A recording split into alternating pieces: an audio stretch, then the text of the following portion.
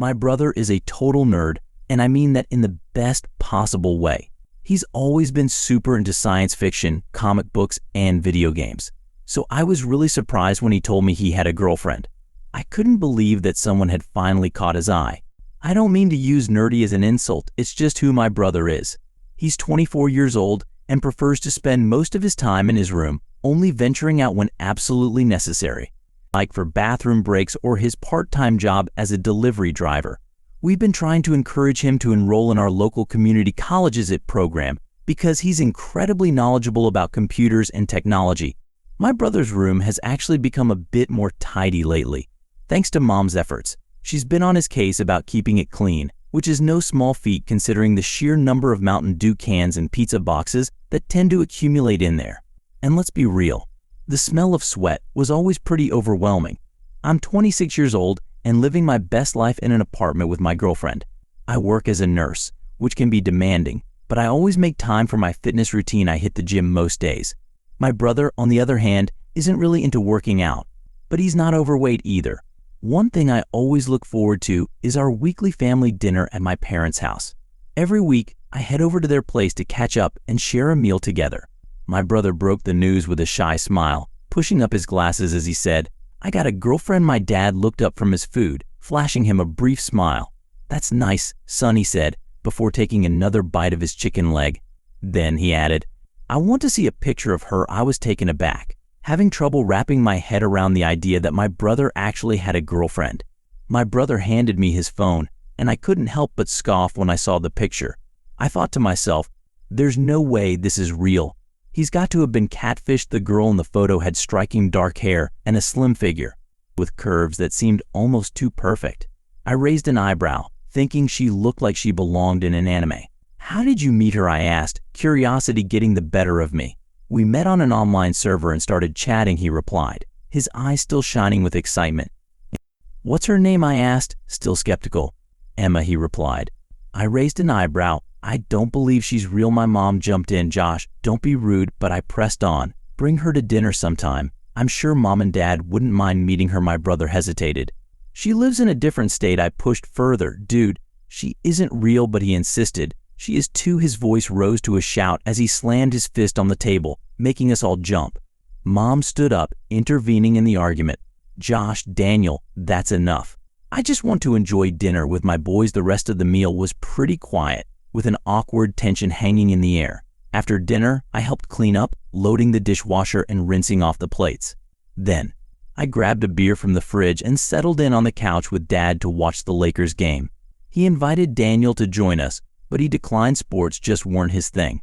As we watched the game, Dad turned to me and said, "You know, maybe you should go apologize to your brother." I hesitated, still unsure about the whole situation.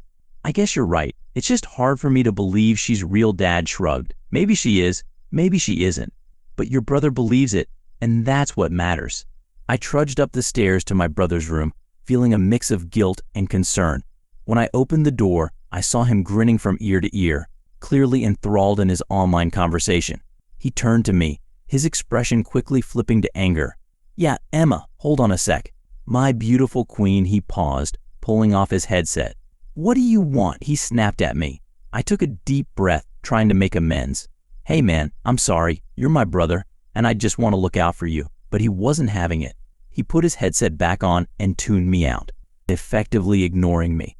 Several weeks went by, and my parents were enjoying their anniversary celebration in Hawaii. But their relaxation was disrupted when they realized they hadn't heard from my brother in a few days. They called me, worried sick, and asked me to check in on him. I tried calling him too, but he wasn't picking up. At their request, I drove by the house and knocked on the door. Silence. His Honda Civic was sitting in the driveway, which was a good sign, but the lack of response was unsettling. I pulled out a spare key and let myself in, calling out to see if he was okay. Daniel, it's me, Josh. Mom asked me to check on you," I called out as I entered the house. I made my way upstairs and opened his bedroom door without knocking. That's when I saw her, the girl from the picture, sitting on his bed with a sweet smile on her face. "Hello," she said, looking up at me with sparkling eyes. She was even more beautiful in person. I was taken aback, but my concern for my brother quickly took over. "Hey," I started, turning to Daniel. He looked awful, like he hadn't slept or eaten in days. His eyes were sunken and his skin was pale. It was as if the life had been drained out of him. I felt a surge of worry and alarm at his appearance. This is Emma, Daniel muttered weakly, his voice barely above a whisper. We're gonna get married one day. I was taken aback by his words, and my concern for his well-being grew. What? Are you okay, man? You look like you're about to pass out. He looked pale and clammy, like he was on the verge of vomiting. I'm gonna give her all my money and everything I can, he continued, his eyes fixed on Emma with an unnerving intensity. She's a queen.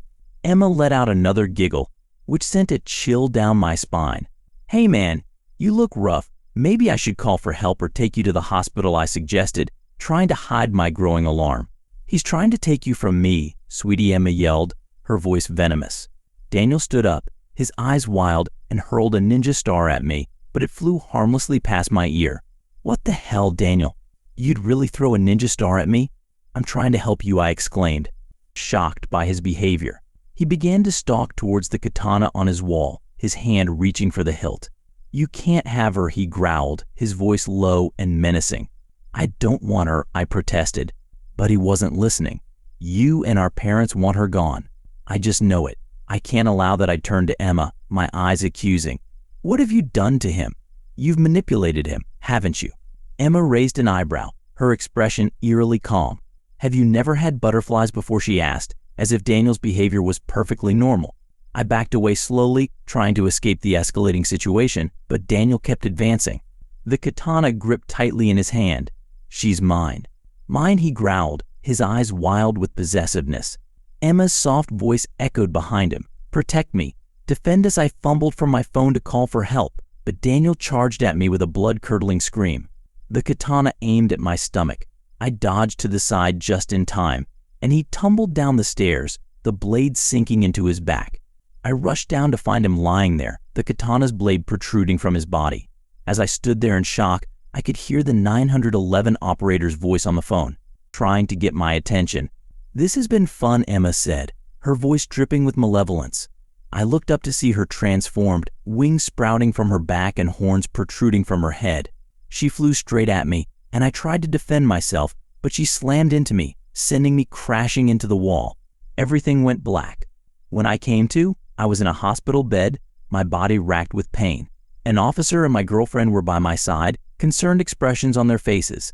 The officer explained that they had found us in the house and I had somehow gone straight through the wall. My girlfriend took my hand, encouraging me, trying to comfort me through the agony. But I couldn't shake the image of Emma's transformed face, etched in my mind forever. Miraculously, Daniel was going to survive, but his condition was critical and would require a long, arduous recovery. The medical team warned that he would need to stay in specialized care for an extended period due to his severe emotional distress. Daniel was consumed by a desperate longing for Emma, screaming that he couldn't live without her and would die if they were apart. His anguish was so intense that even the nurses struggled to calm him down. One nurse reported that he had tried to lash out at her, despite his weakness. His fragile body racked with sobs and despair. The hospital staff was deeply concerned about his mental and emotional well-being, and it was clear that Daniel's obsession with Emma had reached a dangerous and potentially devastating level. I attempted to recount the events to my girlfriend and the officer, but they exchanged skeptical glances, and I could tell they thought I'd lost my mind. Honestly, I wondered if I had too. I mean, who sees a woman grow wings out of her back? It sounded absurd. Even to myself, she had wings. And horns, I insisted, trying to convey the horror I'd witnessed.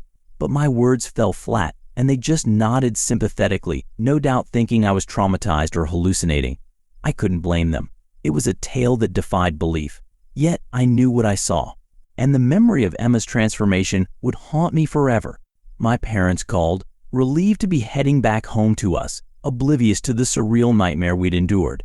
But I knew I had to confront them with the truth, no matter how unbelievable it seemed.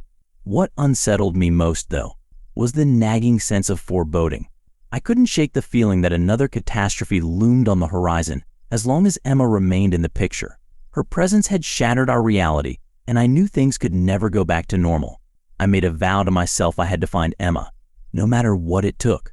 I'll update you if I unravel the mystery, But for now, I'm left with this haunting feeling our lives will never be the same.